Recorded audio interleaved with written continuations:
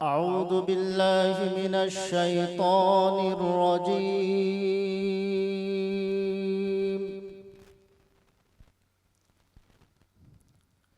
بسم الله الرحمن الرحيم.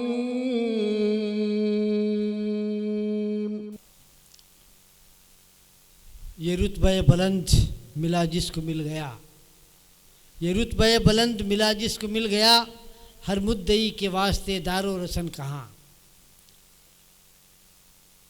اس علمی ماحول اور سماج میں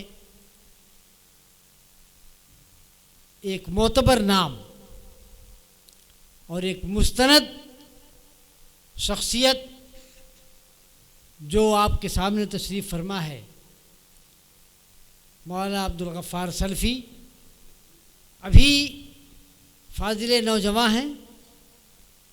اللہ تبارک تعالیٰ نے آپ کو قوت و توانائی سے بھرپور اور معمور و مقبول فرمایا ہے، اور اسی کے بقدر آپ کو اللہ تبارک تعالیٰ نے احساسات اور جذبات بھی عطا کیے ہیں۔ یہ باتیں میں اس لیے کہہ رہا ہوں کہ ہمارے درمیان بہت سے ایسے مقررین پائے جاتے تھے اور پائے جاتے ہیں جن کا مزاج اور جن کا انداز صرف پیشہ ورانہ ہوا کرتا ہے، اور لیکن مولانا عبدالغفار سلفی کا بیان اور آپ کا خطاب پیشہ ورانہ نہیں ہوتا، معلوماتی ہوتا ہے، بلکہ پیغام سے بھرا ہوتا ہے، کچھ نہ کچھ نقطہ سنجیاں ہوتی ہیں۔ اس لیے میں بلا تاخیر آپ سے بڑے ادب کے ساتھ التماس کر رہا ہوں کہ نوا پیرا ہوئے بلبل کہ ہو تیرے ترنم سے، کبوتر کے تنے نازک میں شاہین کا جگر پیدا۔ مولانا عبدالغفار سلفی۔ السلام علیکم ورحمۃ اللہ وبرکاتہ۔ الحمد للہ نحمده ونستعینه ونستغفره ونعوذ باللہ من شرور انفسنا ومن سیئات اعمالنا، من يهده الله فلا مضل له ومن يضلل فلا هادي له، واشهد ان لا اله الا الله وحده لا شريك له، واشهد ان محمدا عبده ورسوله، يا ايها الذين آمنوا اتقوا الله حق تقاته ولا تموتن الا وانتم مسلمون، يا ايها الناس اتقوا ربكم الذي خلقكم من نفس واحدة وخلق منها زوجها وبث منهما رجالا كثيرا ونساء، واتقوا الله الذي تساءلون به والأرحام إن الله كان عليكم رقيبا، يا أيها الذين آمنوا اتقوا الله وقولوا قولا سديدا يصلح لكم أعمالكم ويغفر لكم ذنوبكم، ومن يطع الله ورسوله فقد فاز فوزا عظيما، أما بعد فإن خير الحديث كتاب الله، وخير الهدي هدي محمد صلى الله عليه وسلم، وشر الأمور محدثاتها وكل محدثة بدعة وكل بدعة ضلالة وكل ضلالة في النار۔ أعوذ بالله من الشيطان الرجيم، بسم الله الرحمن الرحيم، إن الله لا يغير ما بقوم حتى يغيروا ما بأنفسهم، وَإِذَا أَرَادَ اللَّهُ بِقَوْمٍ سُوءًا فَلَا مَرَدَّ لَهُ وَمَا لَهُم مِّن دُونِهِ مِن وَالٍ۔ معزز صدر محترم، علماء کرام، بزرگوں اور دوستوں، نوجوان ساتھیوں، پردہ نشین ماؤں اور بہنوں، پیارے بچوں، بندی گھاٹ میں پہلی مرتبہ آپ کے سامنے حاضر ہونے اور خطاب کرنے کا آج موقع مل رہا ہے۔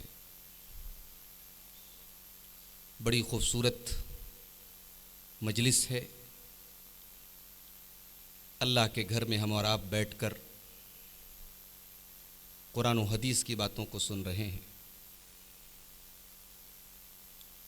اس سے بڑی سعادت کیا ہو سکتی ہے؟ یہ وہ مجلس ہے جہاں اللہ کی رحمتیں برستی ہیں، فرشتے ایسی مجلس کو گھیرے رہتے ہیں، اور اس طریقے کی مجلسوں کا ایک امتیاز یہ بھی ہے، خصوصیت یہ بھی ہے کہ گاؤں میں کوئی ایسا بھی رہا ہوگا جو ایسے ہی گزر رہا ہوگا، کسی کام سے جا رہا ہوگا، اسے معلوم ہوا ہوگا مسجد میں تقریر ہو رہی ہے، پروگرام ہو رہا ہے، وہ آ کے یہاں بیٹھ گیا، اس کی بھی بخشش اللہ تعالیٰ کیا ہوگی؟ حدیث قدسی ہے، اللہ تبارک و تعالیٰ فرماتا ہے ہم الجلساء لا یشقی بہم جلیسہم۔ جس مجلس میں اللہ کا ذکر ہو، قرآن و سنت کی بات ہو، وہاں بیٹھنے والا کوئی انسان بدنصیب نہیں ہوتا۔ دعا کیجیے اللہ ہماری مجلس کو بھی انہی مجلسوں میں شامل فرما دے، اور ہم سب کو کہنے سننے سے زیادہ عمل کرنے کی توفیق عطا فرمائے، آمین۔ آج کی تقریر کے لیے میں نے جو موضوع چنا ہے وہ موضوع بڑا سینسٹیو، بڑا حساس موضوع ہے، اور ہم سب کے لیے اس موضوع کے اندر بڑی عبرت ہے۔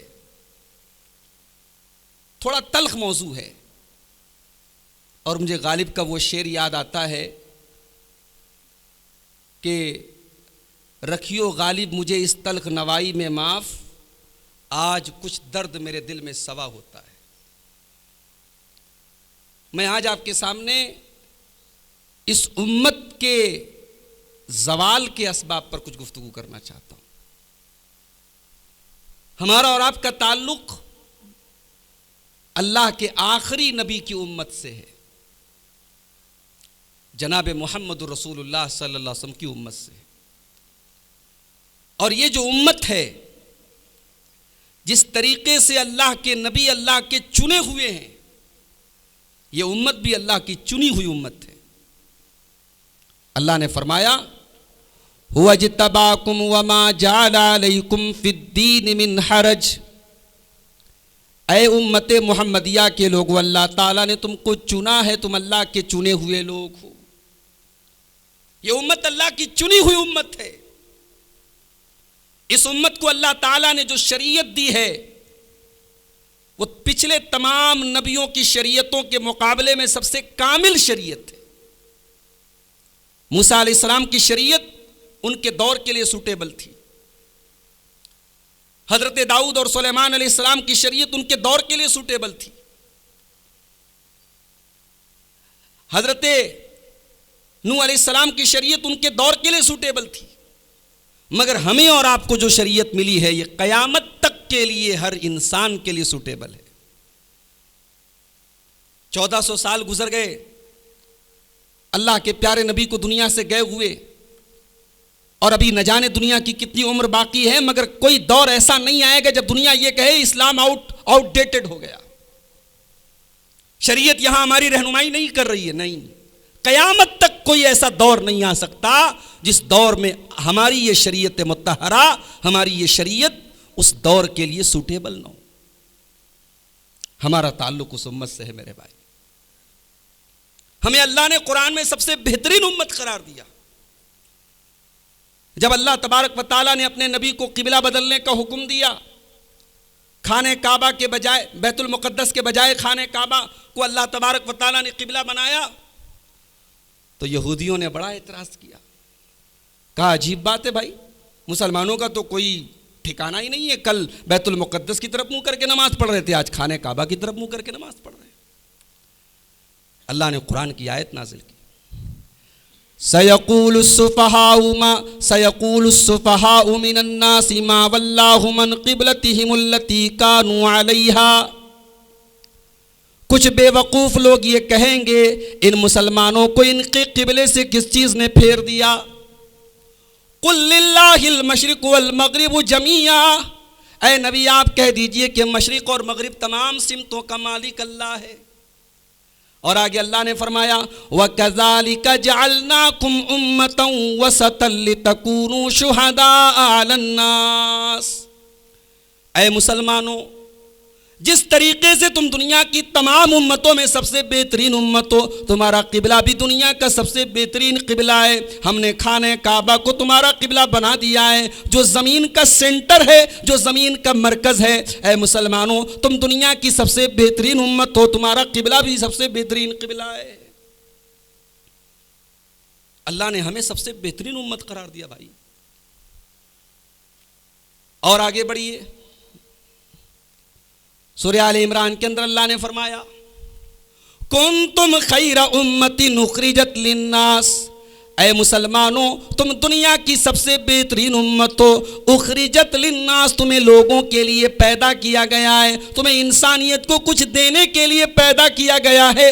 تامرون بالمعروف وتنہون عن المنکر وتؤمنون باللہ, تم نیکیوں کا حکم دیتے ہو, تم برائیوں سے روکتے ہو, اور تم ایک اللہ کی توحید کے اوپر یقین رکھتے ہو. دنیا کی سب سے بہترین امت تھی. آج پوری دنیا میں جوتے کھا رہی ہے, پوری دنیا میں ذلیل ہو رہی ہے. جانوروں کے حقوق کے لیے آج ادارے بنے ہیں, کمیشن بنے ہیں. مسلمان کے حقوق کے لیے کوئی بولنے کو تیار نہیں ہے. نہ ان کی جان محفوظ ہے, نہ ان کی عزت و آبرو محفوظ ہے. ان کے بچے یتیم ہو جائیں کسی کو کوئی فرق نہیں پڑتا, ان کی عورتیں بیوہ ہو جائیں کوئی فرق نہیں پڑتا. خیر امت, دنیا کی سب سے بہترین امت, اللہ کے آخری نبی کی امت, اللہ کے محبوب نبی کی امت آج اتنی ذلیل و خوار کیوں ہے میرے بھائی؟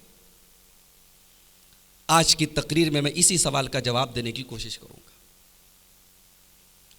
اس کا ایک جواب تو اللہ تعالیٰ نے سورہ رات کی آیت نمبر 11 میں دیا ہے. ایک عمومی جواب, ایک کامن جواب دیا اللہ نے کہ اللہ تعالیٰ کسی قوم کو ذلیل کب کرتا ہے. بھئی نعوذ باللہ اللہ تعالیٰ کو کیا پرابلم ہے؟ ہم چین سے کھائیں پئیں, ہماری روزی روٹی اچھی چلے, اللہ کو کوئی پرابلم ہے؟ نعوذ باللہ. اللہ کسی قوم کے حالات کو کب بدلتا ہے؟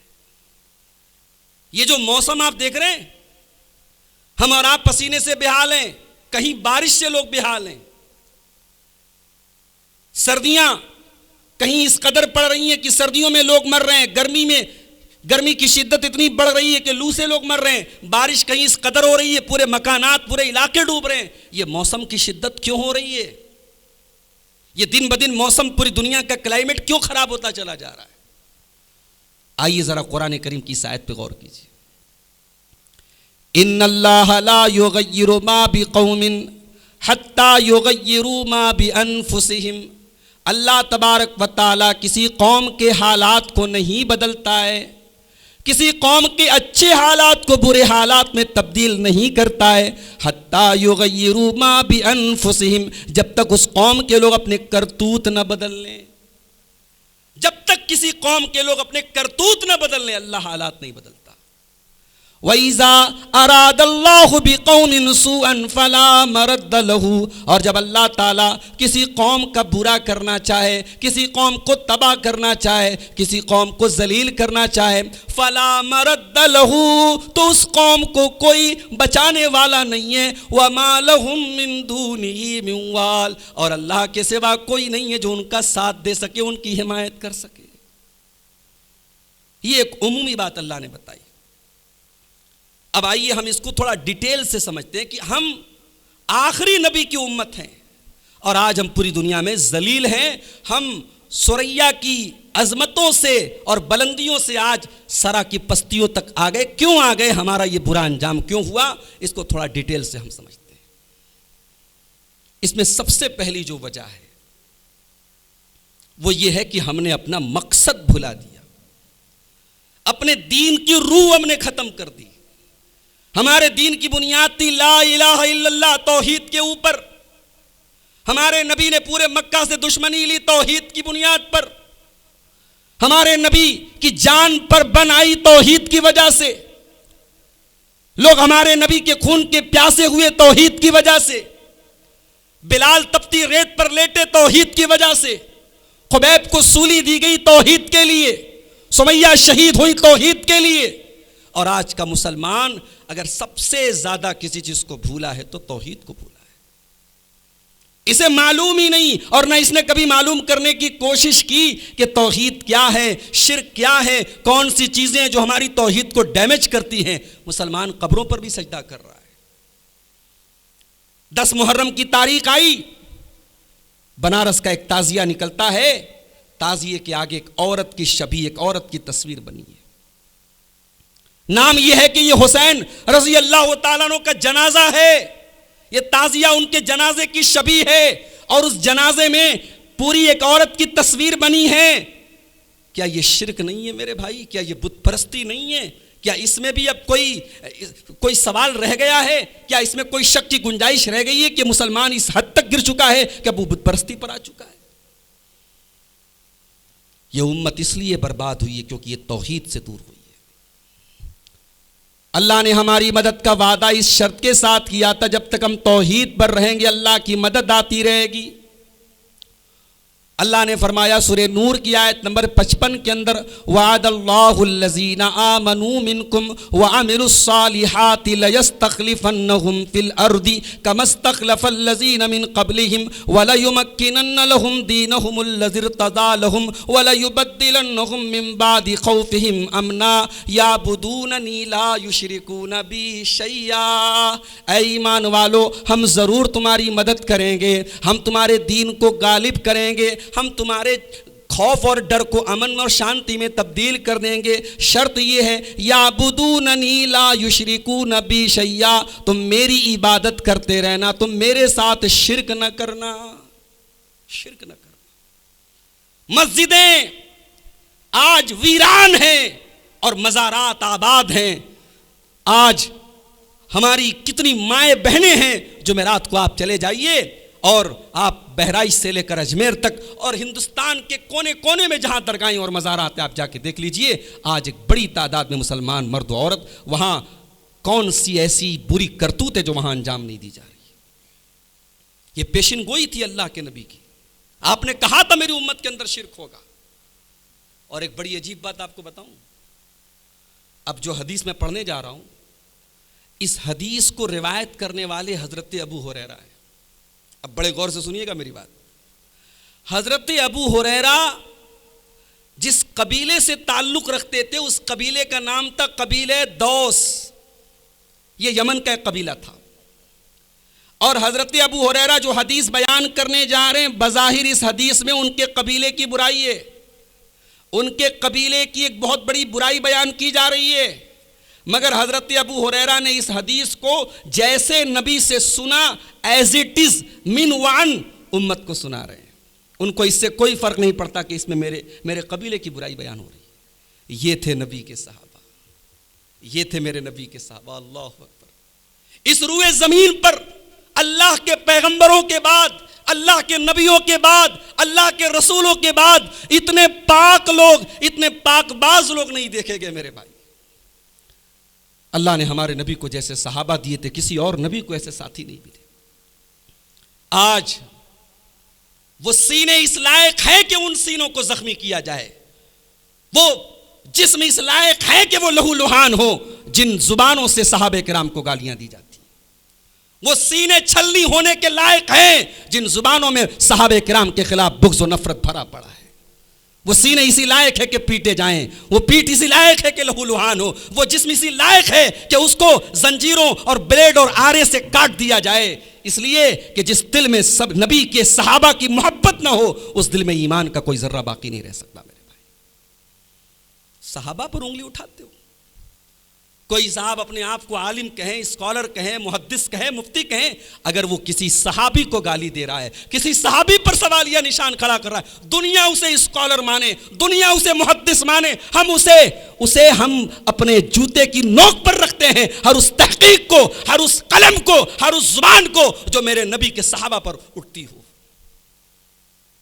دنیا والے کان کھول کے سن لیں، میرے نبی کے صحابہ کے بعد تہجد گزار پیدا ہو سکتے ہیں، اولیاء اللہ پیدا ہو سکتے ہیں، متقی پیدا ہو سکتے ہیں، رات بھر رونے والے پیدا ہو سکتے ہیں، صحابی نہیں پیدا ہو سکتے۔ کوئی کچھ بھی کر لے، رات بھر نمازیں پڑھتا پڑھتا مر جائے، صحابی نہیں ہو سکتا۔ تم وہ آنکھیں کہاں سے لاؤ گے جنہوں نے جمال مصطفیٰ کا دیدار کیا تھا؟ تم وہ ہاتھ کہاں سے لاؤ گے جن ہاتھوں نے نبی اکرم صلی اللہ علیہ وسلم کو ٹچ کیا تھا، آپ کو چھوا تھا؟ تم جتنے بھی پرہیزگار اور متقی بن جاؤ، وہ مجلس کہاں سے لاؤ گے جس مجلس میں اللہ کا نبی گفتگو کرے اور صحابہ کرام غلاموں کی طرح اور خادموں کی طرح بیٹھ کر اپنے نبی کی گفتگو کو سنیں؟ تم وہ مجلس کہاں سے لاؤ گے جہاں جبریل اترا کرتے تھے اور قرآن اترا کرتا تھا؟ صحابہ پر انگلی اٹھانے والے اپنے ایمان کی خیر منائے میرے بھائی۔ ابو ہریرہ میرے نبی کے وہ صحابی ہیں جو کہا کرتے تھے، او لوگو، مکہ کے مہاجر اپنے تجارت میں لگ جاتے تھے، مدینہ کے انصار اپنی کھیتی باڑی میں لگ جاتے تھے، ابو ہریرہ کو 2 وقت کا کھانا ملے یا نہ ملے یہ نبی کے قدموں میں جا کے پڑا رہتا تھا، اس لیے 4 سال نبی کے ساتھ گزارا اور 5374 حدیثوں کے راوی ہیں حضرت ابو ہریرہ رضی اللہ تعالیٰ۔ کہتے ہیں، صحیح مسلم کی روایت ہے، اللہ کے نبی کو میں نے فرماتے ہوئے سنا، قیامت اس وقت تک نہیں آئے گی حتی تضطرب علیات نساء دوس حول ذی الخلصہ، جب تک میرے قبیلے دوس کی عورتیں ذو الخلصہ نامی بت کا چکر نہیں لگائیں گی۔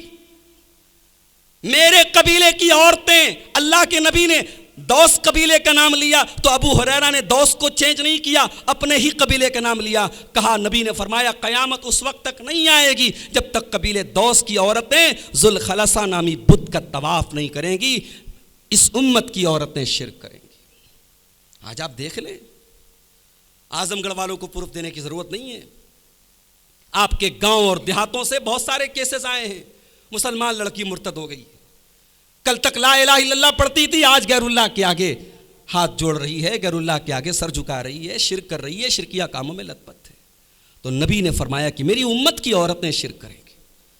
ایک اور حدیث سنیے، یہ ترمذی کی صحیح روایت ہے، اللہ کے نبی فرماتے ہیں، لا تقوم الساعۃ حتی تلحق قبائل من امتی بالمشرکین وحتی یعبدوا الاوثان، قیامت اس وقت تک نہیں آئے گی جب تک میری امت کے لوگ مشرکوں کے ساتھ مل نہیں جائیں گے اور میری امت کے لوگوں کے اندر بھی بت پرستی ہوگی۔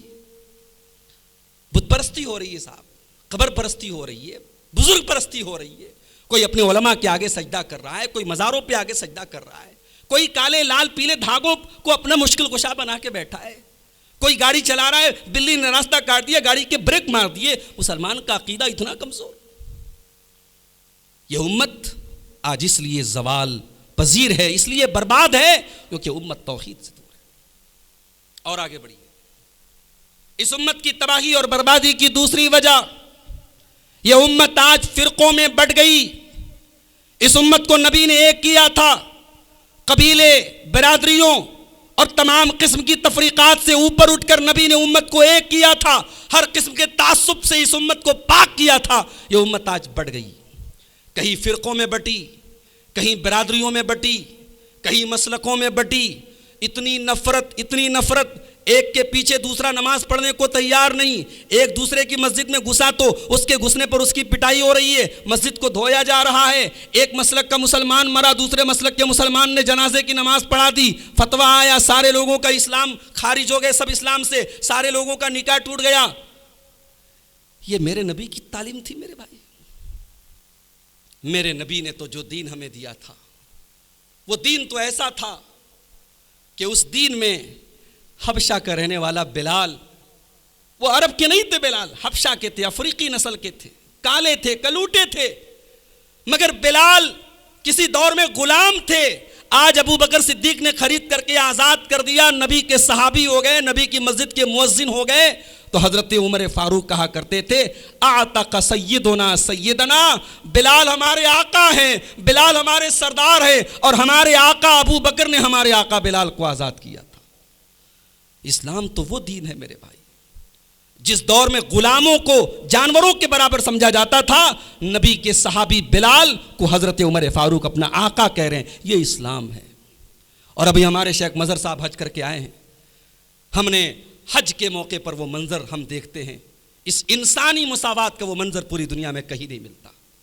افریقہ کا کالا، یورپ کا گورا، انڈیا پاکستان کا اردو ہندی بولنے والا، زبانیں الگ ہیں، قبائل الگ ہیں، نسلیں الگ ہیں، لینگویجز الگ ہیں، سب کی ایک ڈریس ہے، سب کی زبانوں پر ایک اللہ کا نام ہے، لبیک اللہم لبیک کی صدائیں ہیں، ایک اللہ کی بارگاہ میں رو رہے ہیں، گڑ گڑا رہے ہیں. یہ منظر پوری کائنات میں کہیں اور دیکھنے کو نہیں ملتا.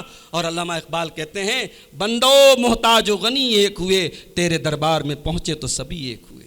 نہ کوئی بندہ رہا نہ کوئی بندہ نواز، ایک ہی سب میں کھڑے ہو گئے محمود و ایاز. یہ اسلام تھا میرے بھائیوں. میرے نبی نے 1400 سال پہلے عرفات کے میدان میں اپنی زندگی کے آخری خطبوں میں سے جو خطبہ دیا تھا، اس خطبے میں آپ نے اپنی امت کو یہ پیغام بھی دیا تھا، الا کلکم من آدم و آدم من تراب. او لوگوں کان کھول کے سن لو، تمہاری برادری کیا ہے، تمہاری ذات کیا ہے، تمہاری نسل کیا ہے. کچھ بھی ہو تم آدم کی اولاد ہو، اور آدم مٹی سے پیدا ہوئے ہیں. زیادہ غرور نہ کرو، زیادہ تکبر نہ کرو، تم مٹی سے پیدا کیے گئے ہو. الا لا فضل لعربی علی عجمی.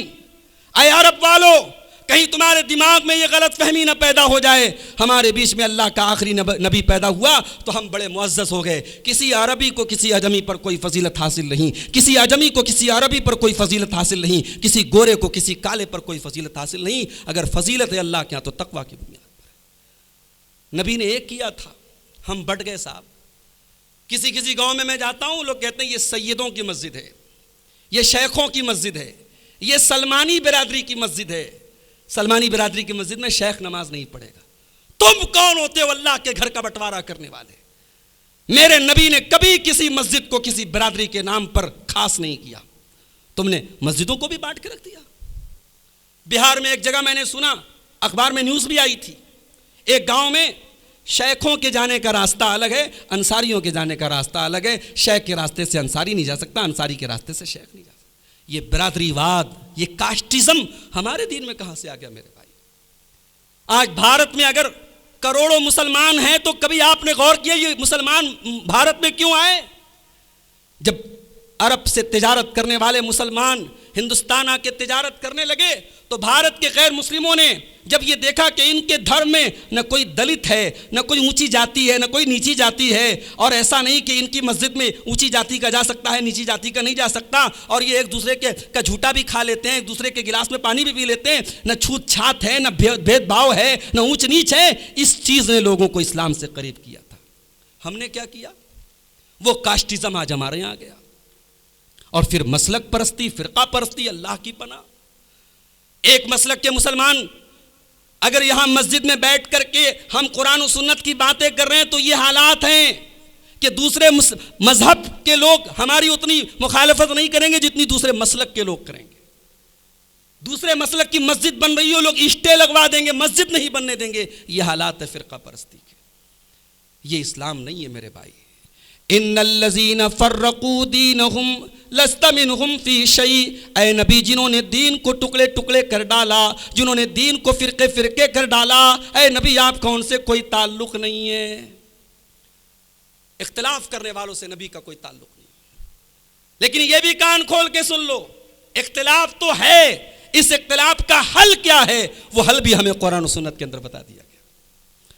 آؤ سارے اختلافات کو حل کر لو. اسلام نے تمہارے لیے ایک سپریم کورٹ طے کر دی ہے. اسلام نے ایک سپریم کورٹ طے کر دی ہے. اپنے سارے جھگڑوں کو آ کر کے اس سپریم کورٹ کے اندر حل کر لو. کون سی سپریم کورٹ ہے؟ فلا وربک لا یؤمنون حتی یحکموک فیما شجر بینہم ثم لا یجدوا فی انفسہم حرجا مما قضیت ویسلموا تسلیما۔ اے نبی، یہ لوگ ایمان والے نہیں ہو سکتے، آپ کے رب کی قسم یہ مومن نہیں ہو سکتے جب تک اپنے سارے جھگڑوں کو آپ کی عدالت میں لا کر کے، محمد رسول اللہ کی عدالت میں لا کر کے حل نہ کر لیں۔ آؤ سارے جھگڑوں کو نبی کی عدالت میں آ کے حل کرو۔ قرآن کہتا ہے وَاعْتَصِمُوا بِحَبْلِ اللَّهِ جَمِيعًا وَلَا تَفَرَّقُوا، اے مسلمانوں تم اللہ کی رسی کو مل کر کے تھام لو اور آپس میں فرقوں میں نہ بٹو۔ اے اللہ تیری رسی کیا ہے؟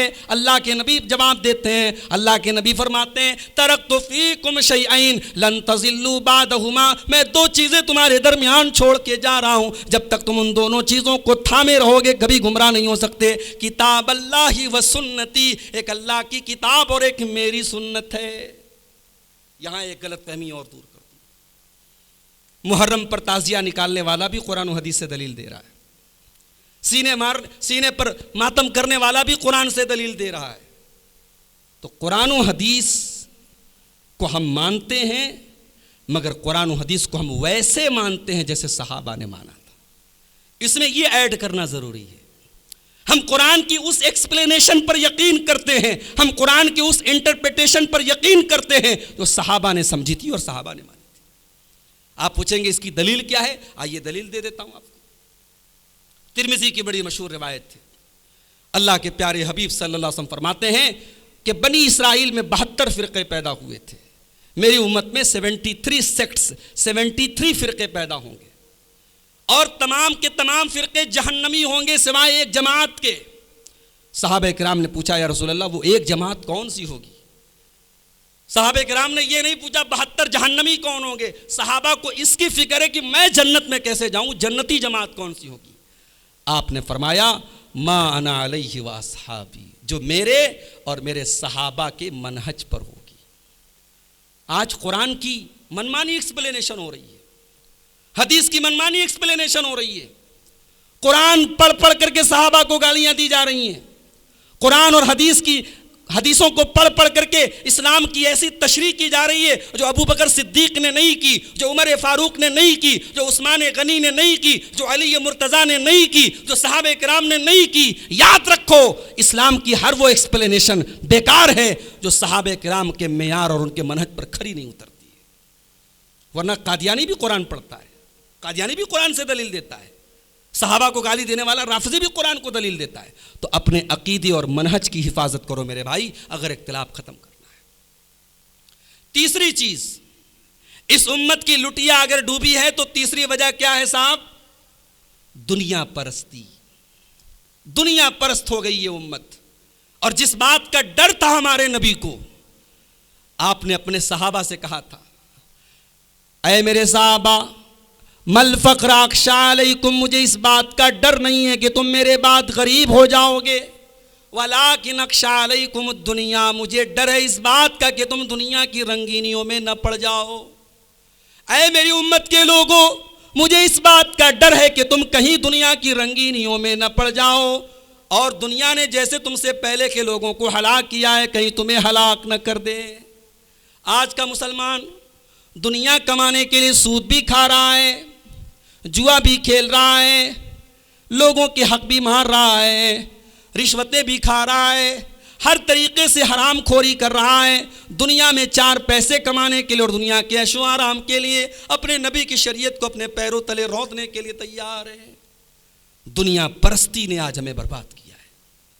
اور وہ حدیث آپ یاد رکھیے، حضرت ابو داؤد شریف کی حدیث ہے، اللہ کے نبی فرماتے ہیں اذا تبایعتم بالعینۃ ورضیتم بالزرع واخذتم اذناب البقر وترکتم الجہاد، اے میری امت کے لوگوں، جب تم کاروبار میں بے ایمانی کرنے لگو گے، جب تم دنیا کی کھیتی باڑی پر خوش ہو جاؤ گے، جب تم گائے اور مویشیوں کی دم پکڑ کر کے بیٹھ جاؤ گے، اور جب اللہ کی راہ میں قربانی دینے کا جذبہ تمہارے دل سے ختم ہو جائے گا، سلط اللہ علیکم ذلہ، اللہ تعالیٰ تم پر ذلت کو مسلط کر دے گا، اور وہ ذلت اس وقت تک ختم نہیں ہوگی حتی ترجعوا الی دینکم، جب تک تم اللہ کے دین کی طرف نہ پلٹ جاؤ گے۔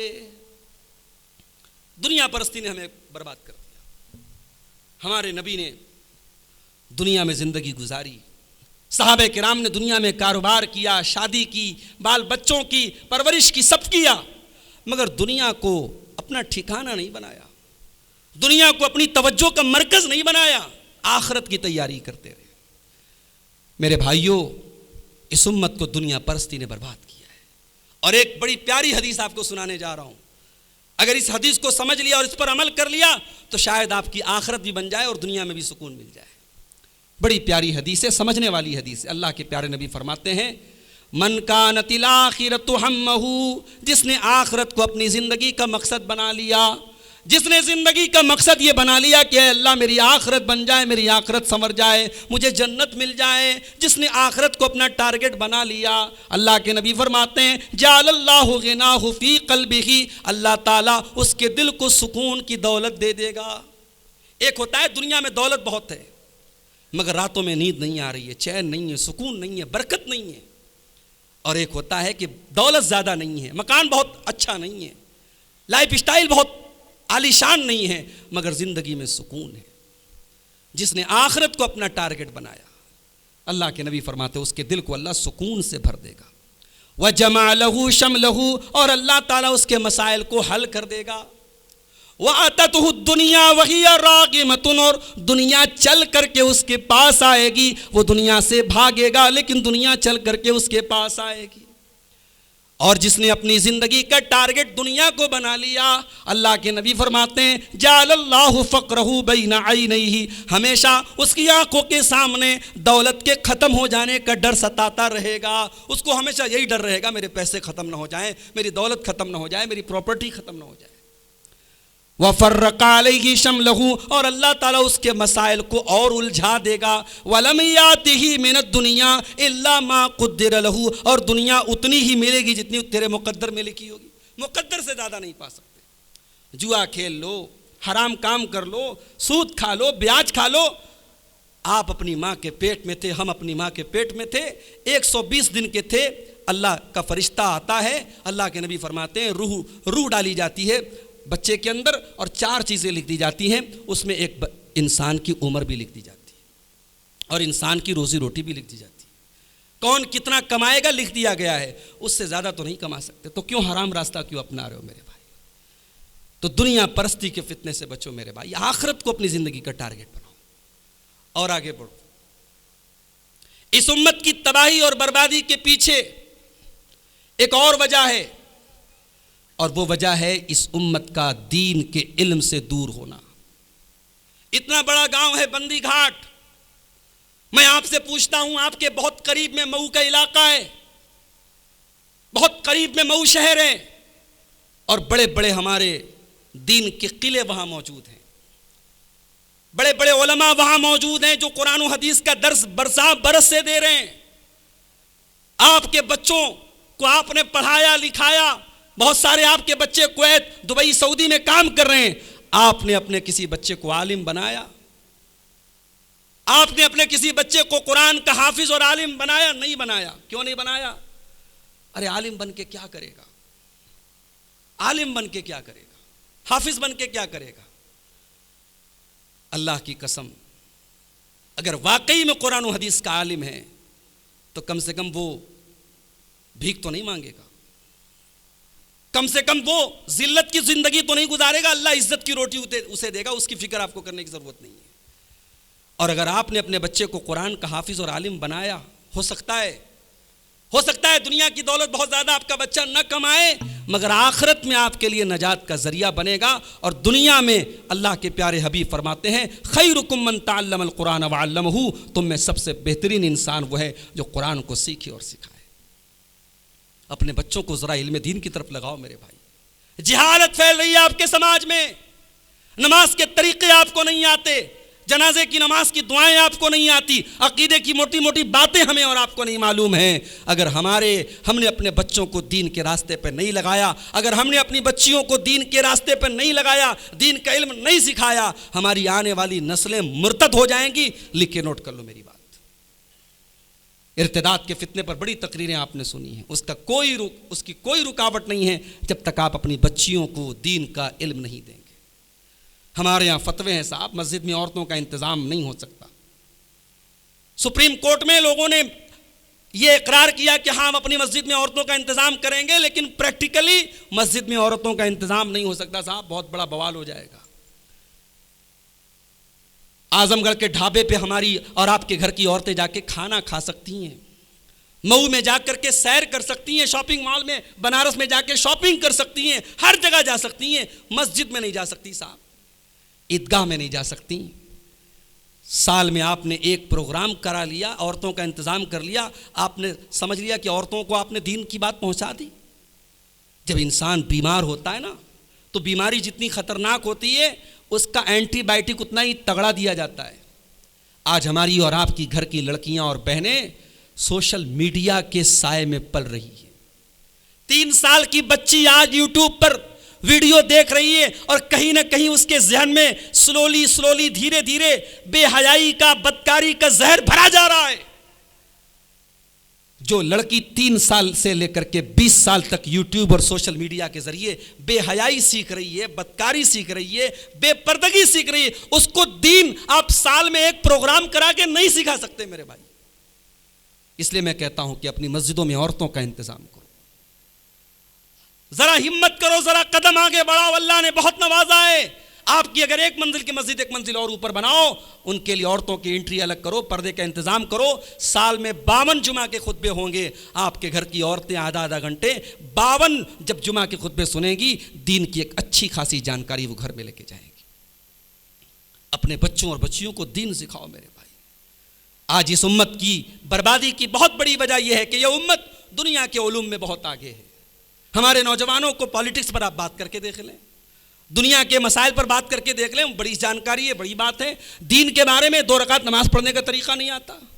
امام حسن بصری کہا کرتے تھے کہ بعض لوگ اتنے ماہر ہوتے ہیں کہ اپنے ناخن پر دینار سونے کے سکے کو بولتے ہیں، اپنے ناخن پر دینار رکھ کر کے اس کا وزن بتا دیں گے۔ جیسے ہمارے بنارس میں جو بعض ہمارے انصاری بھائی ہوتے ہیں، وہ کپڑے کے اتنے ماہر ہوتے ہیں کہ وہ کپڑا ہاتھ میں چھو کر کے بتا دیں گے کہ کپڑا کی کوالٹی کیا ہے، اتنے ماہر ہوتے ہیں۔ تو امام حسن بصری کہتے ہیں کہ سونے کا سکہ اپنے ناخن پہ رکھ کے وزن بتا دے گا، وما یحسن ان یصلی رکعتین، لیکن 2 رکعت نماز نہیں پڑھ پائے گا۔ ایسے ہی لوگوں کے بارے میں اللہ قرآن میں کہتا ہے یعلمون ظاہرا من الحیات الدنیا وَهُمْ عَنِ الْآخِرَةِ هُمْ غَافِلُونَ، یہ دنیا کی تو بہت نالج رکھتے ہیں، دنیا کی بہت جانکاری رکھتے ہیں، لیکن آخرت سے بالکل غافل ہیں۔ دین کا علم سیکھو میرے بھائی، دین کی معلومات آپ حاصل کرو اور آگے بڑھیے۔ اس امت کی تباہی اور بربادی کی بہت بڑی وجہ یہ بھی ہے کہ یہ یہود و نصارہ کے طریقے پہ چل پڑی ہے۔ قرآن میں اللہ نے یہودیوں کی مکاری، یہودیوں کی حرام کھوری، یہودیوں کی چالیں بیان کی۔ کیوں بیان کی؟ اللہ نے ہمیں اور آپ کو خبردار کیا کہ اگر تم یہودیوں کے طریقے پر چلے تو انجام تمہارا بھی وہی ہوگا۔ اب آج ذرا آپ نقشہ دیکھ لیجئے ہمارے سماج کا، کتنے سارے کام ہیں جو ہم یہود و نصارہ کی تقلید میں کر رہے ہیں۔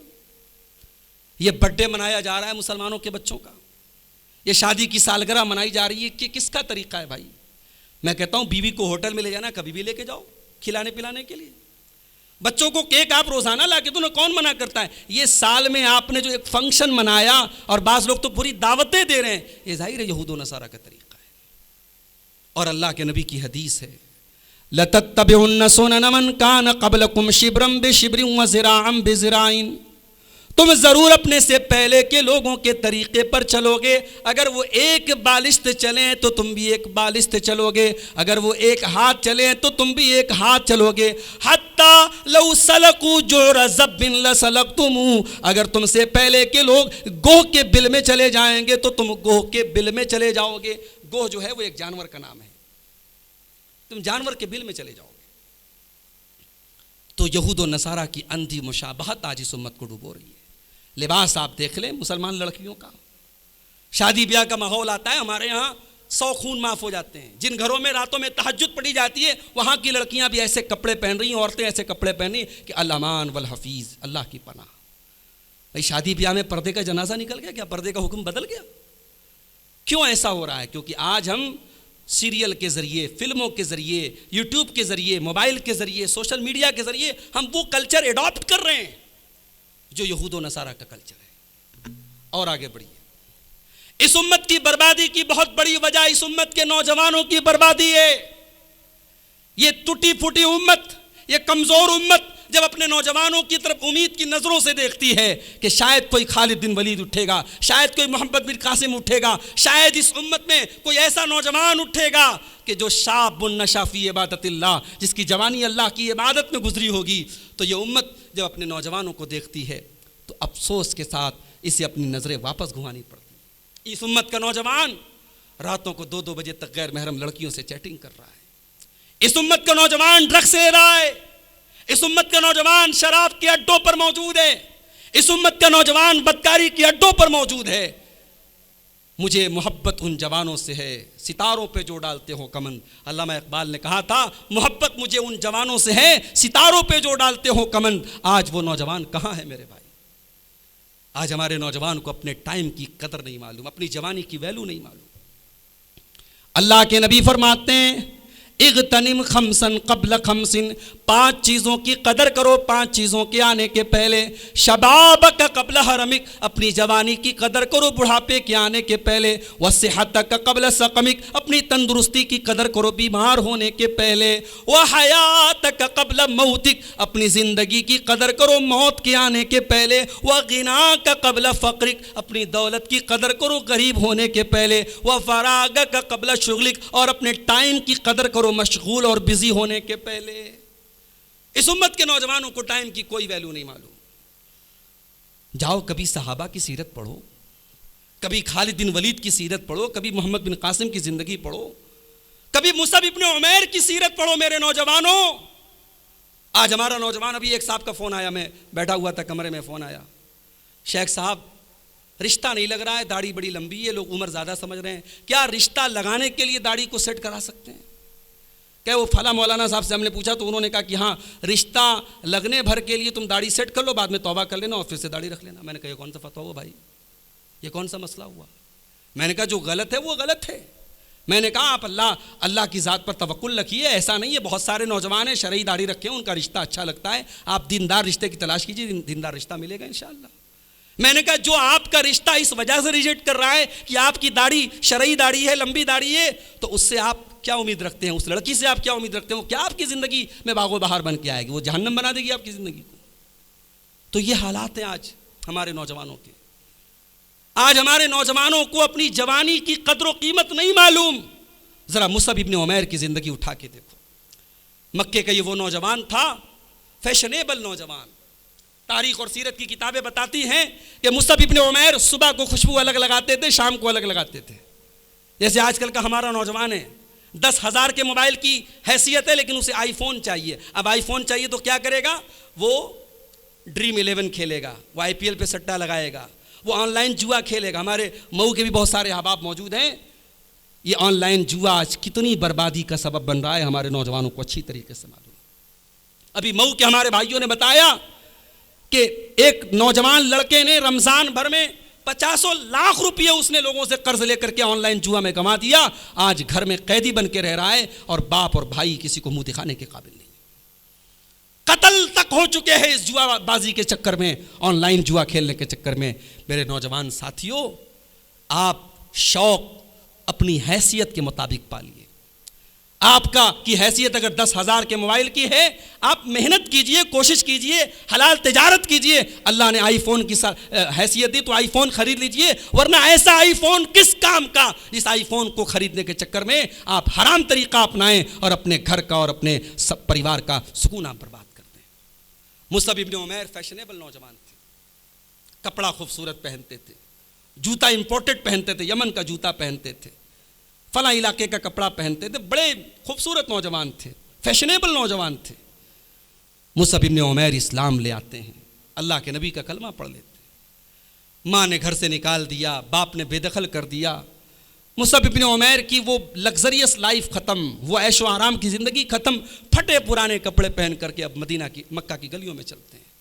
صحابہ کرام کہتے ہیں کہ ہمیں مصعب ابن عمیر کو دیکھ کر کے ہم ٹھنڈی سانسیں بھرا کرتے تھے کہ وہی نوجوان ہیں جو کل تک پورے مکہ کا سب سے عیش و آرام والا نوجوان تھا، آج وہ پیون لگا کپڑا پہن کر کے مکہ میں چل رہا ہے۔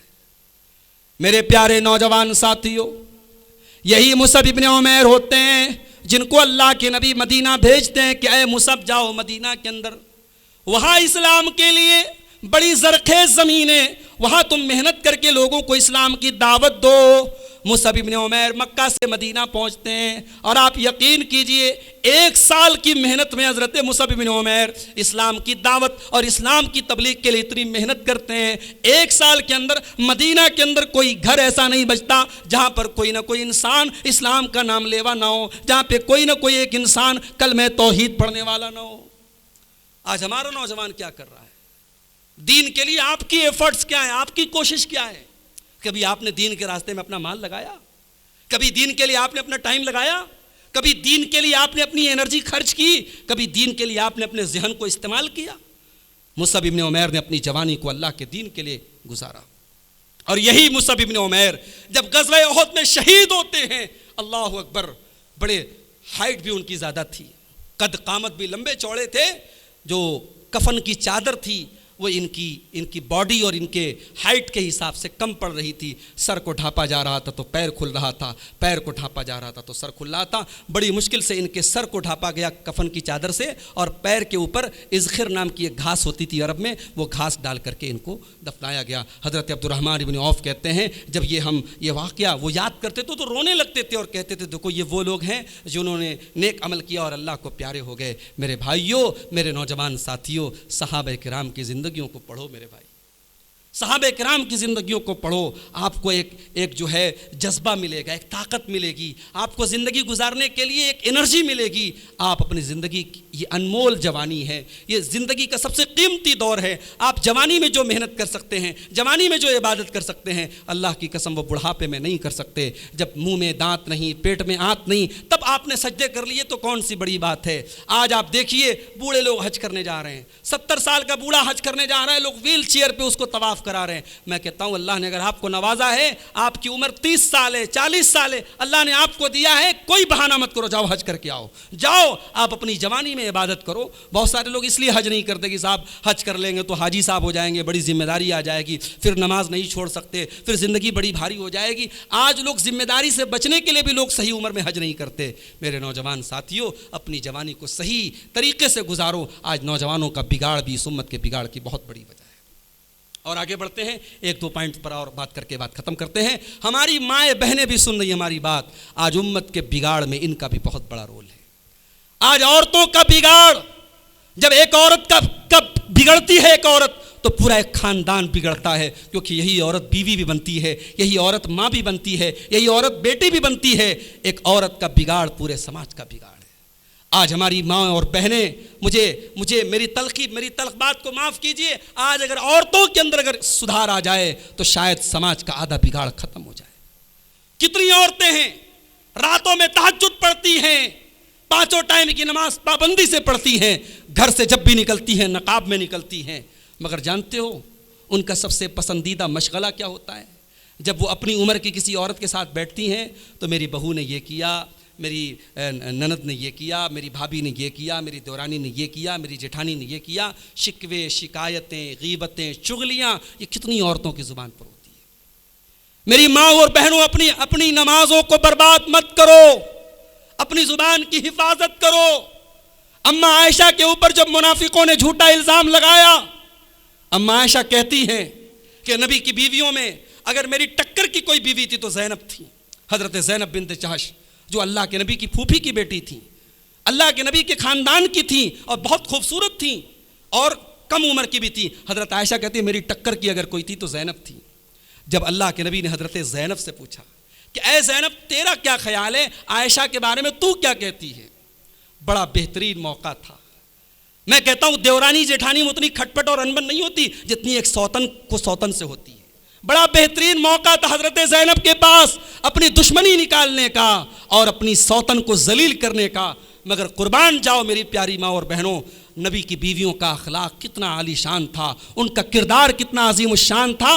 حضرت زینب نے ایک ہی جملہ کہا کہ اے اللہ کے نبی، میں اپنی آنکھوں کو اور اپنے کانوں کو محفوظ رکھتی ہوں. میں عائشہ کے بارے میں صرف اچھی بات جانتی ہوں. عائشہ کو آج تک میں نے کوئی غلط کام کرتے ہوئے نہیں دیکھا. اللہ اکبر. میری ماں اور بہنوں، یہ کردار اپنے اندر پیدا کرو. دنیا کی کوئی ایسی بہو نہیں ہے جس کے اندر خامیاں نہ ہو، اور دنیا کی کوئی ایسی ساس نہیں ہے جس کے اندر خامیاں نہ ہو، اور کوئی ایسا گھر نہیں ہے جہاں تکرار نہ ہوتی ہو. نظر انداز کرنا سیکھو، نظر انداز کرنا سیکھو، صبر کرنا سیکھو، برداشت کرنا سیکھو. یہ چغلیاں، یہ غیبتیں ہماری ماں اور بہنوں آپ کی نیکیوں کو برباد کر رہی ہیں. اور یہ بے حیائی کا دور ہے، بے پردگی کا دور ہے. میری ماں اور بہنوں، آپ کے لیے مریم کا ایک نمونہ موجود ہے. یہ مریم کون ہے؟ یہ عیسیٰ علیہ السلام کی ماں ہے. جب فرشتہ ان کے پاس آتا ہے انسان کی شکل میں، یہ مسجد میں بیٹھ کر کے عبادت کر رہی تھی. جب حضرت جبریل علیہ السلام انسان کی شکل میں آئے تو حضرت مریم کی زبان سے پہلا جملہ نکلا، قالت انی اعوذ بالرحمن منک ان کنت تقیا. کہا دور ہٹ جا مجھ سے، میں اللہ کی پناہ چاہتی ہوں. کون ہے تو؟ دور ہٹ جا مجھ سے، میں کوئی ایسی ویسی عورت نہیں ہوں. اگر تو اللہ سے ڈرتا ہے دور ہو جا مجھ سے. فرشتے نے کہا میں اللہ کا فرشتہ ہوں، میں تمہیں یہ بشارت دینے آیا ہوں کہ تمہارے پیٹ سے ایک بچہ پیدا ہوگا جس کا نام عیسیٰ ہوگا، وہ اللہ کا نبی ہوگا. کہا میں کنواری عورت ہوں، مجھے بچہ پیدا ہوگا؟ کیسی بات کر رہے ہو؟ کہا کہ ہاں یہ اللہ کا حکم ہے، تمہیں بیٹا پیدا ہوگا. اور جب عیسیٰ علیہ السلام کی پیدائش کا ٹائم آیا، اللہ اکبر، ایک عزت دار عورت جو ہوتی ہے نا، ایک غیرت والی عورت، ایک شرم و حیا والی عورت، اس کے لیے اس سے بڑھ کے شرم کی کوئی بات نہیں ہو سکتی کہ اس کے کیریکٹر پر کوئی سوال اٹھائے.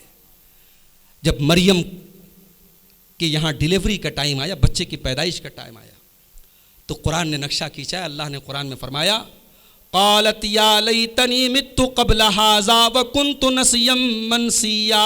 مریم کہتی ہیں کاش آج کے پہلے میں مر گئی ہوتی، کوئی میرا نام لیوا نہ ہوتا، کوئی مجھے جاننے والا نہ ہوتا. اتنی پاک باز تھی مریم. اور جب مریم بچہ پیدا ہوا اور بچے کو گود میں لے کے آئیں اور قوم کے سامنے پہنچی تو قوم کے لوگوں نے کہا یا اخت ہارون ما کان ابوک امرا سوء وما کانت امک بغیا. اے ہارون کی بہن، اے ہارون کی بہن، تیرا باپ تو نیک انسان تھا، تیری ماں تو بد چلن نہیں تھی، نہ باپ بد چلن تھا نہ ماں بد چلن تھی، اور ہارون کی تو بہن ہے، تو نے یہ کام کیسے کر لیا؟ قرآن کی سائز سے پتہ چلا لڑکیاں کیریکٹر لیس تب ہوتی ہیں جب ان کے بھائی کیریکٹر لیس ہوتے ہیں، جب بھائیوں کے کردار بگڑتے ہیں، جب گھر میں بھائیوں کی گرل فرینڈز ہوتی ہیں، تب اس گھر کی لڑکیوں کے بھی بوائے فرینڈز ہوتے ہیں. جس گھر کے نوجوان لڑکے راتوں کو لڑکیوں سے چیٹنگ اور باتیں کرتے ہوں، اس گھر کی لڑکیاں بھی کسی کونے میں کسی سے بات کر رہی ہوں گی. قرآن نے 3 رشتوں کا ذکر کیا، بھائی، ماں اور باپ. یہ 3 رشتے ہیں. کسی لڑکی اور کسی عورت کی پرورش میں اور اس کی تربیت میں ان کا بڑا دخل ہوتا ہے. اگر ماں صحیح ہو، اگر باپ صحیح ہو اور بھائی صحیح ہو تو لڑکی کے بگڑنے کے چانس بہت کم ہوتے ہیں. میری ماں اور بہنوں، پاک دامن بنو. اماں عائشہ کے جیسی پاک دامنی اپناؤ. اماں عائشہ وہ کہتی ہے مجھے امید نہیں تھی کہ میری پاک دامنی کے بارے میں قرآن کی آیتیں اتر جائیں گی. میں نے یہ سوچا تھا شاید نبی کو خواب میں دکھا دیا جائے، مگر مجھے یہ توقع نہیں تھی کہ میری پاک دامنی پر قرآن کی آیتیں اتریں گی. میری ماں اور بہنوں، کبھی موقع ملے تو اماں عائشہ کی سیرت پڑھ دو، کبھی موقع ملے نبی کی بیٹی فاطمہ زہرا کی سیرت پڑھ لو، جو انہوں نے کیسے چکیاں چلا کے حسن و حسین کو پالا تھا اور اپنے گھر کو چلایا تھا، اور کس طریقے سے نماز و روزہ کی پابندی کی تھی. میری ماں اور بہنوں، آج ہمارے گھروں میں وہ عورتیں ختم ہو گئیں، وہ عورتیں ختم ہو گئیں جن کی صبح کی شروعات قرآن کی تلاوت سے ہوا کرتی تھی. آج تو موبائل سے شروعات دن کی ہوتی ہے اور موبائل کے ویڈیو دیکھ کر کے ختم ہوتی ہے. اللہ نے قرآن میں فرمایا وَاذْكُرْنَ مَا يُتْلَى فِي بُيُوتِكُنَّ مِنْ آيَاتِ اللَّهِ وَالْحِكْمَةِ. اے نبی کی عورتوں، تمہارے گھروں میں جو قرآن و سنت پڑھا جاتا ہے اس کو یاد کیا کرو، اس کا ذکر کیا کرو. اور ایک آخری چیز بیان کر کے بات ختم کر رہا ہوں. یہ محرم کا مہینہ ہے، یہ محرم کا مہینہ ہے.